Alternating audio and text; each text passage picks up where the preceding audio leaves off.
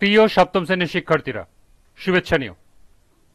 আজকে আমি তোমাদের 2025 সালের বাংলা বিষয়ের নতুন বই সপ্তবর্ণ থেকে কবিতা ষষ্ঠ অধ্যায় সুফিয়া কামালের সাম্য থেকে বিভিন্ন গুরুত্বপূর্ণ প্রশ্ন নিয়ে আলোচনা করবে এবং এর সমাধানগুলো তোমাদের বলে দেব। প্রথমে তোমাদের বলবো, যারা আমার চ্যানেলটি সাবস্ক্রাইব করো নাই তারা আমার চ্যানেলটি সাবস্ক্রাইব করবে এবং আমার সাথে থাকবে। তাহলে চলো আমরা ক্লাস শুরু করি। সাম্য কবিতার গুরুত্বপূর্ণ কিছু প্রশ্ন এবং এর সমাধান।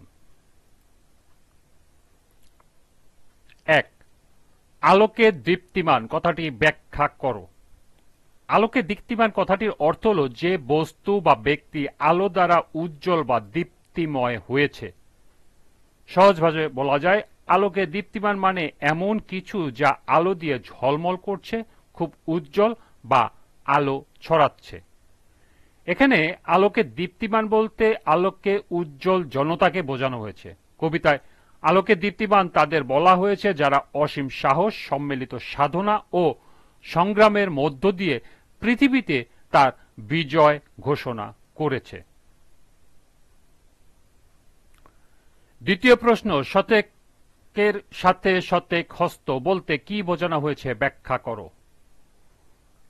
শতেকের সাথে শতেক হস্ত বলতে মিলেমিশে কাজ করাকে বোঝানো হয়েছে। কোনো বড় কাজ কেউ একা করতে পারে না, এর জন্য প্রয়োজন হয় সকলের সম্মিলিত অংশগ্রহণ। পৃথিবীর অনেক মহৎ কাজের পিছনেই ছিল মানুষের সম্মিলিত প্রচেষ্টা। হাতে হাত মিলিয়ে কাজ করার বিষয়ে শতেকের শতেক হস্ত কথাটি বলা হয়েছে। তৃতীয় প্রশ্ন ছিল, বিপুলা পৃথিবী প্রসারিত পথ, যাত্রীরা সেই পথে ব্যাখ্যা করো। বিপুলা পৃথিবী প্রসারিত পথ, যাত্রীরা সেই পথে বলতে বিশাল পৃথিবী এবং প্রসারিত পথগুলো প্রসারিত, যেখানে মানুষ বিভিন্ন পথে যাত্রা করে চলেছে। এটি মানবজাতির অনন্তকালের পথ চলার প্রতীক, যেখানে মানুষের কাজের সন্ধানে বা জীবনের খোঁজে অবিরাম এগিয়ে যায়। পৃথিবী প্রবাহমান, এগিয়ে চলাই মানুষের ধর্ম। জীবন জীবিকার সুখে, প্রশ্নের সুখে লাভের আশায় মানুষকে এগিয়ে যেতে হয়। 4 নম্বর প্রশ্ন ছিল, চলে কর্মের আহ্বানে কোন অনন্তকাল হতে ব্যাখ্যা করো। চলে কর্মের আহ্বানে কোন অনন্তকাল হতে বলতে কবি বুঝিয়েছেন অনন্তকাল থেকেই মানুষ বিপুলা পৃথিবীতে কর্মের আহ্বানে ছুটে চলে। পৃথিবীতে মানুষকে কোনো না কোনো কর্মে নিয়োজিত থেকে জীবন অতিবাহিত করতে হয়। মহৎ কর্মের মধ্যেই মানুষের মনুষ্যত্ব প্রকাশ পায়, কর্মময় জীবনের সাফল্যের ও গৌরবের। আর কর্মহীন জীবন চরম হতাশা ও দুঃখ দারিদ্র্যে পরিপূর্ণ। তাই বিপুলা পৃথিবীর প্রসারিত পথে যাত্রীরা তথা মানুষ অনন্তকাল থেকেই কর্মের ডাকে ছুটে চলে। 5 নম্বর প্রশ্ন, সংগ্রাম আর সাহসে প্রজ্ঞা, আলোকে দীপ্তিমান ব্যাখ্যা করো। সংগ্রাম আর সাহসে প্রজ্ঞা, আলোকে দীপ্তিমান দ্বারা বোঝানো হয়েছে যারা সাহসের সাথে গভীর জ্ঞান দ্বারা সংগ্রাম করে তাদের পরবর্তী জীবন আলোকিত হয়।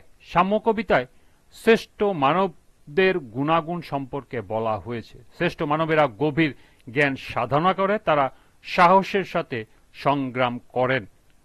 এ সংগ্রামে তারা জয়ী হয়, ফলে তাদের পরবর্তী জীবন আনন্দময় ও সুখের হয়। 6 নম্বর, মানুষ কিভাবে বিজয় কেতন উড়িয়ে চলেছে। সম্মিলিত সাধনার মধ্য দিয়ে মানুষ বিজয় কেতন উড়িয়ে চলেছে। বড় কোনো কাজ কেউ একা করতে পারে না, তার জন্য দরকার মানুষের মিলিত অংশগ্রহণ। সকলকে নিয়ে কাজ করার মধ্য দিয়ে পৃথিবীর বহু দেশ উন্নত হয়েছে।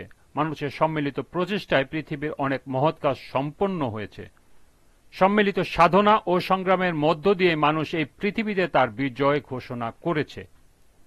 সম্প্রীতি ও সৌহার্দ্যের মধ্য দিয়ে মানুষ বিজয় কেতন উড়িয়ে চলেছে। 7 নম্বর, কর্মে সে মহীয়ান বলতে কি বোঝানো হয়েছে।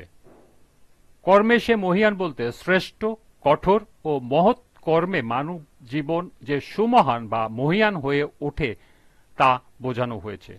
মানব জীবন কর্মমুখর, কর্মই মানব জীবনের ধর্ম।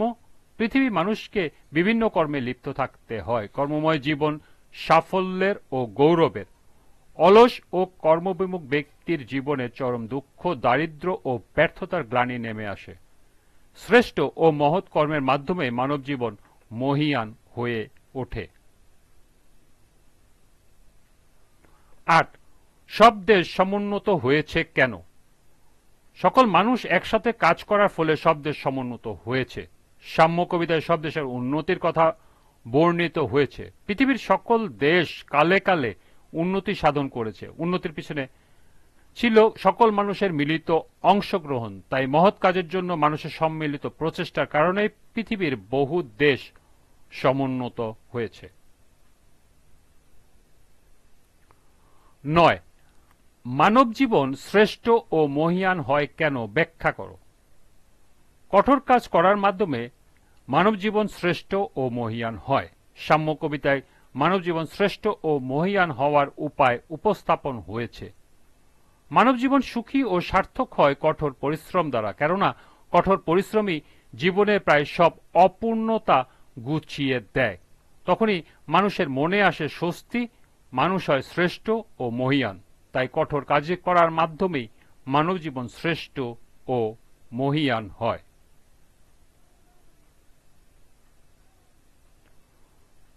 সর্বশেষ প্রশ্ন ছিল, মহৎ কাজের জন্য সম্মিলিত প্রচেষ্টার প্রয়োজন কেন?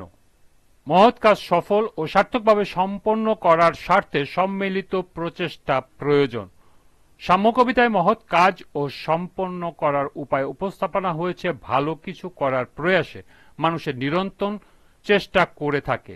তেমনি মহৎ কাজ তথা বড় কাজ সম্পন্ন করা কারোর একার পক্ষে সম্ভব নয়, আর সম্ভব হলে তা যথাযথ সার্থকভাবে নাও হতে পারে।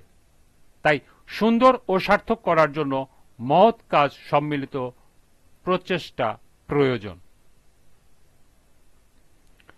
এই ছিল সাম্য কবিতার গুরুত্বপূর্ণ 10টি প্রশ্ন এবং এর সমাধান। আজকের ক্লাসটি এ পর্যন্তই।